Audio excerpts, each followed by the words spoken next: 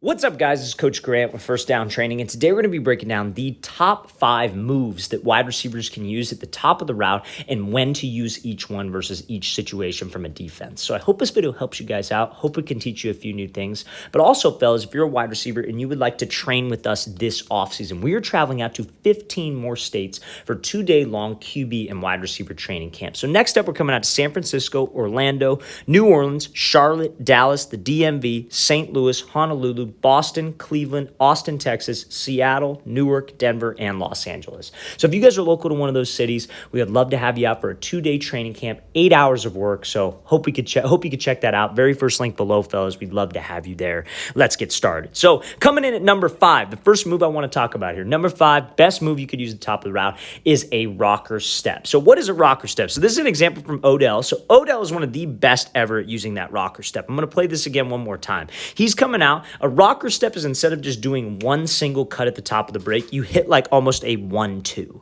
So if you're running up here and like, let's say we're trying to make a DB, let's say this is a cover 2 example, right? So like the corner's sitting in the flats, we have a safety who's in charge of the deep half, and we're closing the space with this safety. And we have to run a post route, which is a great route to run against cover 2 as the middle of the field is open. A rocker step is a great move to use. So you want to make sure that you step hard with the foot to the side of the break first. So if you want to break to the left, you need to step with your left foot first. You are breaking to the side that you are going first, because we are trying to sell like we were running a corner route, an out route, whatever you were trying to make this look like. So when we come up here, it's very important that this first step looks the exact same. It's got to be sudden. You have to make sure that we are cutting hard. And when we cut off of this, we have to push to the outside, because that's the only way that I sell this thing. So when you do that 1-2, things that wide receivers will make mistakes on is that first cut won't look like an actual corner route or an out route. It'll be a very soft cut, and they don't have any burst, and they're not selling anything with the outside move. It has to be a sudden cut when you're bursting up,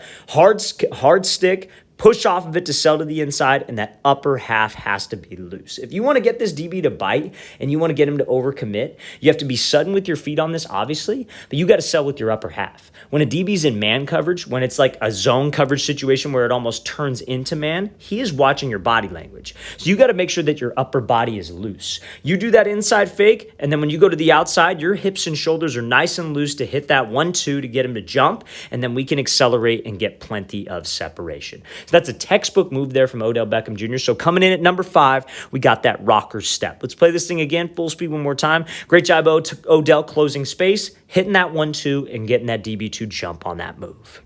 Okay, so coming in at number 4 here, we have a tempo change on the route. So we're going to play this clip here from Cooper Kupp. So what is a tempo change, and how can I use that? So he's got this inside shade look here, and he is running a dig route. Inside shade off man, running a dig. So let's play at full speed. So he comes off here, kind of hesitates, then accelerates. So the tempo change is probably one of the better moves to use, because I feel it's a great way to sell vertical and get a DB to overreact. So I'm going to play this thing again, full speed one more time. So he comes off, changes tempo, and then accelerates. That is what we need as a wide receiver when I use that tempo change.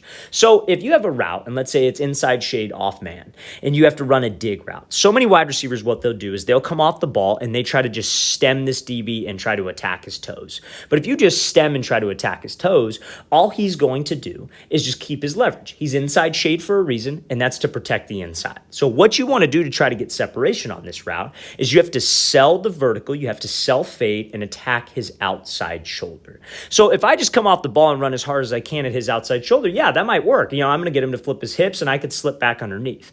But the tempo change is just kind of like icing on the cake. So we come out, we burst off 100%, and then he hesitates. Because what do receivers normally do when they do like a little stutter move or a hezzy move? They go deep, right? The goal of this hezzy move is to get that DB to stop his feet so we could take him over the top and actually win on that vertical. So that's what Cooper Kupp's trying to sell right here. Maybe he's done this before. Maybe he's ran a seam and has used this tempo change and then accelerated. That's the greatest part about this tempo change, is you can make it look like other routes. So when he decelerates and he starts to hesitate and then he bursts up and attacks the outside shoulder, that is what gets that DB to overcommit. He's thinking, oh crap, I don't want to get beat on the fade. And that is when I can put the brakes on, slip underneath, and not get rerouted across the field by forcing an inside release. Fellas, if you try to stem an inside shade DB and you force force it and he widens and keeps his leverage, you're going to be running 5 yards over the middle where you should not be. Keep spacing on the route and know how to get separation by attacking a DB's shoulder. So coming in at number 4, we got that tempo change on our route to get separation. Let's play it again, full speed one more time. Great job changing tempo and then accelerating to get that DB to flip his hips. Okay, so coming in at number 3, we have getting skinny, or like kind of, I call it the chicken wing technique at the top of the route, but more commonly known as getting skinny. So let's play this thing full speed. So this is Justin Jefferson running a post route here versus press with an inside release. So this is probably the exact situation I like this chicken wing, lean, getting skinny technique is when you take the release to the side of your break. So for example, like if you're running like, let's say, again, like it's a post route and you have an inside release. Or for example, you have an out route and it's an outside release. So what Jefferson does here is obviously he attacks this DB with this wide step release, threatening him to the outside, selling with his upper half, and we get the DB to move off the platform. So he's able to take the inside release on a post. So pre-snap, when we come up and we see that the DB's kind of shaded to the outside a little bit, which he is, we know that he probably has what inside? He probably has help inside, right? So if he has help inside, he's trying to force us where? He's trying to force us to his help. That's where he wants us to go. He's not threatened by us running a dig or running a post. He is taught to protect the outside. Do not give up the fade. Do not give up the corner, the out route, etc. So with my release, that's where I want to try to threaten him because my goal is to get him to move off the platform as much as possible. So see how Jefferson threatens him outside? We get him to keep his leverage. But now what a lot of wide receivers will do is they'll get this DB to widen, but he did his job. He protected his leverage. He forced you inside. So what a lot of guys will do is they'll burst off the route and they'll just keep going to the inside and just almost like kind of round off their post. You're going right into his safety help. So we have to get skinny. So when we come off this ball, I got to make sure that my pad level is low. I got to get back into his frame, and that is where we get that like chicken wing kind of lean into him method. When you're getting skinny and this DB is hip to hip with you, you want to use your body as almost like a weapon. I'm leaning into him and I'm almost pushing off without actually pushing off. This is a great way to get separation and push off essentially without getting called for the flag. This is the best way to do it, and it's when you take a release to the side of your route. So coming in at number 3, fellas, that chicken wing getting skinny technique at the top of the route is one of the best ways to get separation, and you want to use it when you release to the side of your break. Okay, so now coming in at number 2, we're going to be talking about attacking blind spot. So this is most commonly used when you have a route against zone coverage. So I know a lot of you are high school wide receivers and youth wide receivers, and you commonly will see this zone coverage. This is very, very rare when you get a DB at that age who is talented enough to come up and press. Now, it will happen, and we want to be prepared for when it happens so we can showcase my ability to get off press. But when we have zone, attacking blind spot is one of the best methods to get separation. So let's look at this route from CeeDee Lamb. This is going to be a post route. Now we get this DB to flip. That is a textbook example of attacking blind spot, and that is why it's my second best move in terms of, not a move that I invented or anything like that. That's not what I'm trying to say, but I'm saying that's like the second best move in my eyes as to how to get separation, is attacking here. So by blind spot, if you're not sure what I mean, I'm sure you know what I mean now, but this is the blind spot. That's where we want to try to threaten the DB. Because when he's in zone coverage or even off man coverage, but he's off, what is he trying to prevent? He's trying to prevent the deep ball, right? So when he's trying to prevent the deep ball, he's trying to not let you just run around him and go get space. That's why it's important to threaten the blind side, or this blind spot, I should say, when you have an inside breaking route. So you see how CeeDee Lamb, he's running this post here, right? This DB's kind of outside shaded. He's maybe outside shaded about a couple yards, but we still have that blind spot. But when he's outside shaded, just like with that release where we talked about with Justin Jefferson where he ran that post, just because he's off doesn't mean his leverage responsibilities change. So when Justin Jefferson had that press DB and he was outside shade, what did he do? He attacked his leverage to move him so he had more space to operate to the inside. Same thing on this post, it's just a longer version.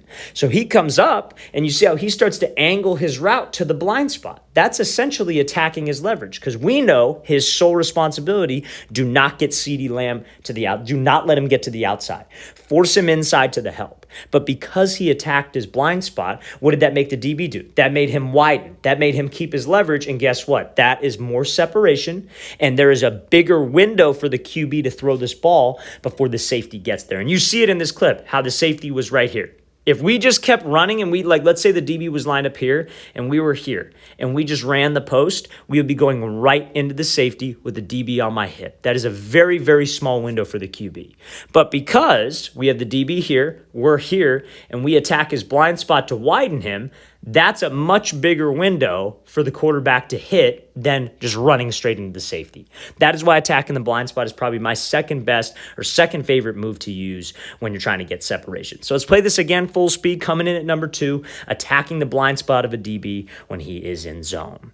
Okay, so coming in at number 1 here, this clip from Davante Adams, we are going to be talking about something called a fake throw-by technique. So I'm sure some of you have maybe heard of this, some of you maybe have not. But this is a route here Davante Adams ran in week 1, kind of broke Twitter. I saw this all over Twitter. Let's play this thing full speed. So he comes out, does this fake throw-by move like he's going to be getting separation and winning on this out route. So when we go here, and like this, you could use this fake throw by or this like kind of fake slip under, if you will, in a lot of different situations, in a lot of different leverage situations. But you see when he breaks down here, he snaps down and kind of gives this jab to the inside. This would be considered, maybe fake throw by isn't the right word for this. I would say more of like a box cut. That's the other word for it. Some people call it a square cut. I call this move like a box cut. But so let's talk about this. We got obviously a look here from this DB where he's like kind of outside shade and we're snapping down in front of him. I'm going to talk to you about how this can be a fake throw by in a second. But what Adams does here is he's running an out route and he snaps down at the top of the break, right? Drops his hips, decelerates. So what that does is that kind of puts this DB on alert.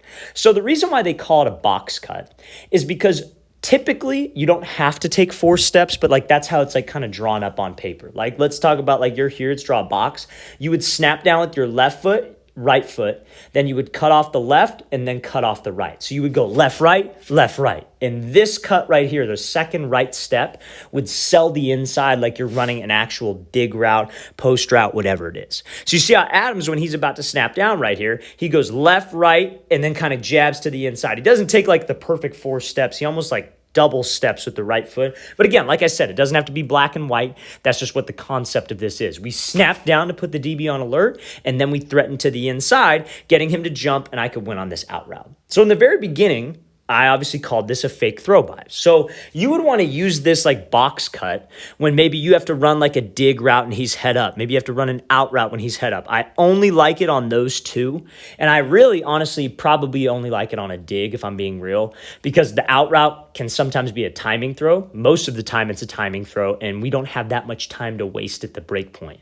Unless maybe the QB is doing a rollout or a sprint out, then I could take a little more time. But if it's like a timing 10-yard out, do not do this move. We like it on a dig though. We always like it on a dig. So if you were running this dig route and you had this head up look, you would snap down with the right foot, right, left, and fake to the outside and win on the dig. That's how you would run it. So how would you do this on like a fake throw by? So you would do this on a fake throw by if we had this DB and he was like inside shade. So if he was inside shade and let's say you had to run, because remember we looked at that first example from Cooper Kupp. It builds off of that.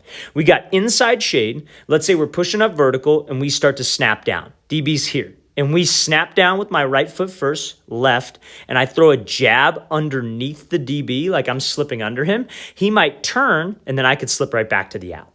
So this box cut, fake throw by cut is probably my number 1 move, favorite move to get separation, and probably the most advanced move you can use to get open on a dig or an out route on especially 90-degree cuts. Let's play this thing again, full speed one more time. Great job by Adams pushing vertical, snapping down, putting the DB on alert, and then threatening to the inside with that box cut. That is textbook right there. And you guys can also use that on a fake throw by situation. All right, fellas, I really want to thank you for watching. I really appreciate it. If you guys have any questions at all, don't hesitate to leave those in the comment section below. Always appreciate the feedback. It's always great to hear from you guys. You guys' ideas, comments help keep this channel going. So we really appreciate it, fellas. And again, if you guys would like to come out to one of the 15 camps we are having this offseason, if it's local to you, you'd like to travel out, we'd love to have some of our YouTube community out to these camps. It's not going to be one of those camps where it's, 150 kids, 30 kids a group. Like, you guys are going to actually get coached. You guys are going to actually get corrected by myself and my staff of guys. So check out that very first link below. We'd love to have you there. I'll see you guys next time.